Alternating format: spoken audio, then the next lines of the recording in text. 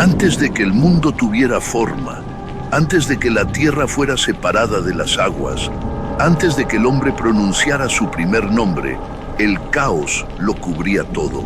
No había fronteras, no había caminos, no había reinos, solo un océano infinito, oscuro, profundo, silencioso y vivo. En ese abismo primigenio, donde la luz no existía y el tiempo aún no tenía sentido, algo se movía. No caminaba, no volaba, se deslizaba entre corrientes imposibles de medir, en un reino donde ninguna criatura humana podría sobrevivir. Las antiguas tradiciones lo llamaron Leviatán, no como un nombre cualquiera, sino como una advertencia, porque el Leviatán no era solo una criatura, era una presencia. Las aguas no lo contenían, las aguas le pertenecían. Su cuerpo no era como el de los animales conocidos, era vasto, inmensurable, cubierto de escamas selladas unas contra otras, tan compactas que ni la hoja más afilada podría penetrarlas. Se decía que al moverse agitaba las profundidades y que su paso alteraba las corrientes del mundo. Pero el Leviatán no cazaba, no necesitaba hacerlo. Su poder no residía en la violencia constante, sino en la certeza de que nada podía desafiarlo sin pagar el precio.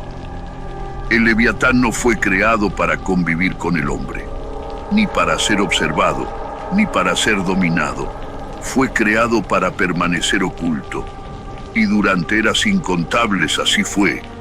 El abismo guardó su secreto, las aguas sellaron su existencia, hasta que el hombre comenzó a mirar más allá de la orilla.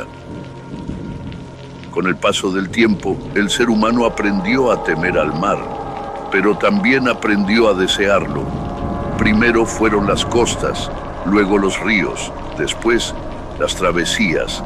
El océano dejó de ser solo una frontera y se convirtió en un desafío. Y cada desafío para el hombre es una tentación. Los pueblos antiguos comenzaron a contar historias, relatos transmitidos en susurros de generación en generación. Hablaban de una sombra bajo las aguas, de un movimiento antinatural, de algo que no huía cuando los barcos se acercaban.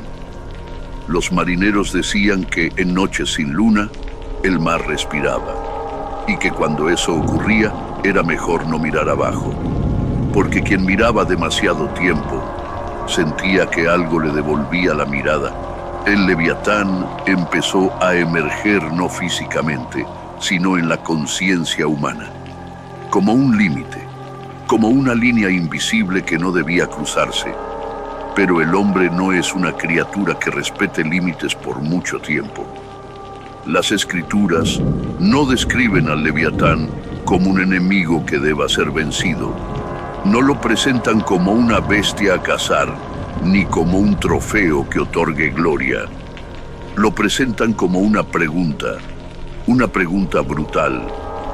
¿Crees que puedes controlarlo? En uno de los textos más antiguos jamás escritos, el Leviatán aparece en el momento menos esperado. No durante una guerra, no durante una catástrofe, sino durante una conversación. El hombre llamado Job, agotado por el sufrimiento, se atreve a cuestionar el orden del mundo. Pregunta por la justicia, por el dolor, por el sentido de la existencia, y la respuesta que recibe no es consuelo, es confrontación. Se le habla del Leviatán, no para explicarlo, sino para humillarlo. ¿Puedes tú sacar al Leviatán con anzuelo? ¿Podrás domar su lengua con cuerda?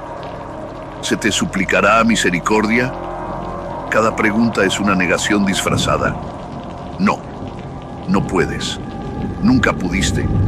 El Leviatán no existe para ser vencido por el hombre, existe para recordarle que no es el centro de la creación. El Leviatán no fue presentado en las antiguas tradiciones como una criatura que pudiera ser destruida fácilmente. Eso es importante, porque en los relatos más antiguos, cuando una amenaza era vencida, se decía sin rodeos. Pero con el Leviatán el lenguaje cambia, se vuelve cuidadoso, ambiguo, casi temeroso. No se dice que fue exterminado, se dice que fue contenido. Las escrituras insinúan que, en el origen del mundo ordenado, el caos primitivo tuvo que ser limitado, no eliminado, no aniquilado, limitado, porque eliminarlo por completo habría significado romper el equilibrio mismo de la creación. El Leviatán representa ese caos, no como destrucción absoluta, sino como una fuerza necesaria, aunque peligrosa. Un recordatorio constante de lo que ocurre cuando el orden se vuelve arrogante. Por eso, según algunas tradiciones, el Leviatán fue separado, no destruido, separado, encerrado en las profundidades, confinado al abismo, alejado del mundo de los hombres, no por misericordia, sino por precaución, porque su muerte habría liberado algo peor. Pero el Leviatán no estaba solo. Las antiguas escrituras hablan de dos grandes criaturas que marcaban los límites del mundo creado. Uno gobernaba las profundidades, el otro la tierra firme. Mientras el Leviatán reinaba en las aguas, Behemoth dominaba la tierra. Si el Leviatán representaba el caos líquido, incontrolable, oculto, Behemoth era la fuerza bruta, visible, aplastante, imposible de mover. No era astuto, no era sigiloso, era masa, peso, presencia. La tierra temblaba bajo sus pasos, los árboles se quebraban, las montañas parecían pequeñas frente a él y, aún así, tampoco fue destruido, porque juntos Leviatán y Behemoth formaban un equilibrio terrible, agua y tierra, profundidad y superficie, caos oculto y fuerza expuesta, dos límites, dos advertencias. Las tradiciones más antiguas dicen que estas criaturas no fueron creadas para el hombre, fueron creadas antes. El hombre llegó después y al hacerlo heredó un mundo que ya tenía fronteras. Algunas tradiciones apocalípticas hablan de un tiempo en el que esos límites serán removidos. Un momento en el que el Leviatán y Behemoth ya no permanecerán separados. Se dice que, al final de los tiempos, cuando el orden del mundo comience a desmoronarse, estas fuerzas volverán a encontrarse, no para destruir al hombre directamente, sino para consumirse entre sí. El Leviatán saldrá de las aguas, Behemoth abandonará la tierra firme, y su enfrentamiento no será una guerra común. Será una liberación del exceso de poder, el caos contra la fuerza, la profundidad contra el peso. Y solo entonces, cuando ambos se destruyan mutuamente, el mundo podrá entrar en una nueva etapa, no antes. Las antiguas tradiciones nunca hablaron del Leviatán solo como una criatura externa. Eso es lo que muchos no entienden. Porque si el Leviatán hubiera sido únicamente un monstruo en las profundidades del océano, su historia habría terminado cuando el mundo dejó de temer al mar. Pero no fue así. El Leviatán sobrevivió porque su verdadero dominio no era el agua, era algo más profundo. Con el paso de los siglos, el Leviatán comenzó a adquirir un nuevo significado. Ya no solo representaba el caos primitivo del mundo, sino el caos que habita dentro del ser humano. Ese impulso que no conoce límites, ese deseo que no acepta fronteras, esa voz interior que susurra: puedes más, mereces más, no hay consecuencias.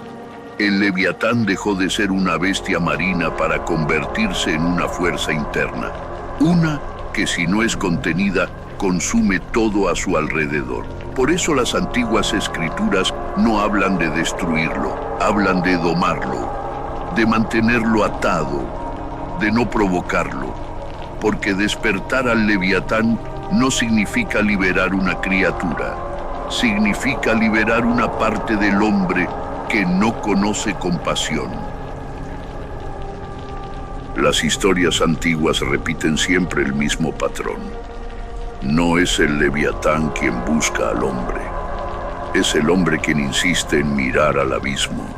Cuando el poder se acumula sin límites, cuando el conocimiento avanza sin sabiduría, cuando la ambición ignora toda advertencia, el Leviatán se mueve, no con rugidos, no con fuego, sino con consecuencias, imperios que caen, civilizaciones que colapsan, mundos que se derrumban por su propio peso. El Leviatán no castiga, el Leviatán responde. Por eso estas historias no fueron escritas para entretener, fueron escritas para advertir, para recordarle al hombre que no todo lo que puede hacerse, debe hacerse, que no todo poder debe ser utilizado, que hay límites que existen para protegernos de nosotros mismos. Tal vez el Leviatán nunca fue encerrado en el fondo del mar. Tal vez sigue ahí, esperando. No en las aguas oscuras, sino en cada decisión que se toma sin responsabilidad. En cada frontera cruzada solo por orgullo. En cada momento en el que el ser humano cree que ya no necesita advertencias. Las antiguas historias sobreviven porque siguen siendo necesarias. Porque el Leviatán no pertenece al pasado. Pertenece a cada época en la que el hombre se cree invencible. Y la pregunta final no es si el Leviatán existe. La pregunta es, ¿qué tan cerca estamos de despertarlo otra vez? Si este relato te hizo reflexionar, si sientes que las historias antiguas aún tienen algo que decirnos hoy, suscríbete.